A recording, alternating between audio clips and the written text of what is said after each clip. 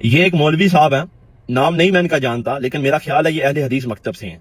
اتنی خوبصورت بات کی ہے انہوں نے کہ میرے دل کی بات ہے یار، قسم خدا کی، حق ادا کر دیا انہوں نے بات کر کے، جو لوگ اماموں کی اندھی تقلیدیں کرتے ہیں۔ سنیں ذرا۔ آج ہمیں بتایا جاتا ہے امام ابو حنیفہ نے جیسے کہا ہے ویسے کرو۔ امام ابو حنیفہ کہہ رہے ہیں کہ نہیں میری رائے آخری رائے نہیں ہے، ہم کس کی مانیں؟ بلکہ اس سے بڑھ کے اپنے شاگرد امام ابو یوسف سے کہتے ہیں، امام ابو حنیفہ کیا فرماتے ہیں؟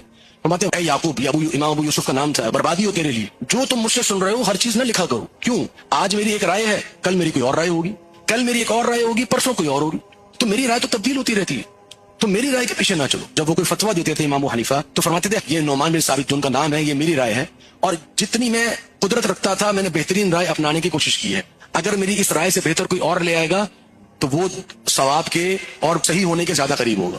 یعنی میری رائے آخری رائے نہیں، میری رائے آخری رائے نہیں ہے۔ یہ کون کہہ رہے ہیں؟ اور اسی وجہ سے ان کے جو شاگرد ہیں امام ابو یوسف اور امام محمد بن حسن الشیبانی رحمہ اللہ، انہوں نے اپنے استاد امام ابو حنیفہ سے اختلاف کیا بہت سارے مسائل میں۔ آپ فقہ حنفی اٹھائیں گے تو فقہ حنفی کے اندر 2/3 مسائل ایسے ہیں، 2/3 میجورٹی مسائل ایسے ہیں جس میں امام ابو یوسف اپنے استاد امام ابو حنیفہ سے اختلاف کر رہے ہیں، اور آج ہمیں کہا جاتا ہے کہ نہیں آپ نے بس وہ کرنا ہے جو امام ابو حنیفہ نے فرمایا۔ بھئی کیوں کرنا ہے؟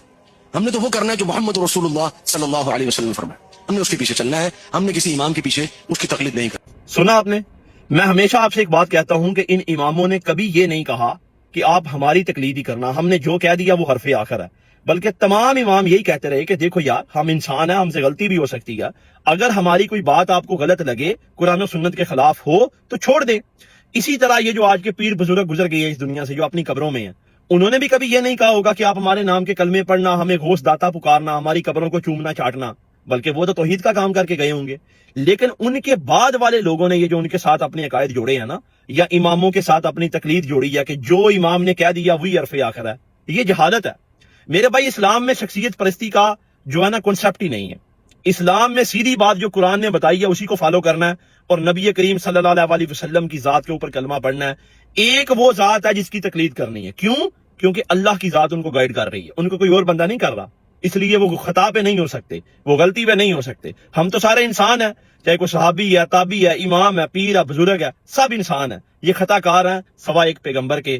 اس لیے خدا را اس جہالت، تقلید کی جہالت سے باہر آئیں، اور ہمیشہ اپنے آپ کو جو ہے نا وہ علم کی دنیا میں رکھیں، سب کو سنیں، صحیح بات جو ہوگی نا آپ کا ضمیر آپ کو گواہی دے گا کہ یہ ٹھیک ہے۔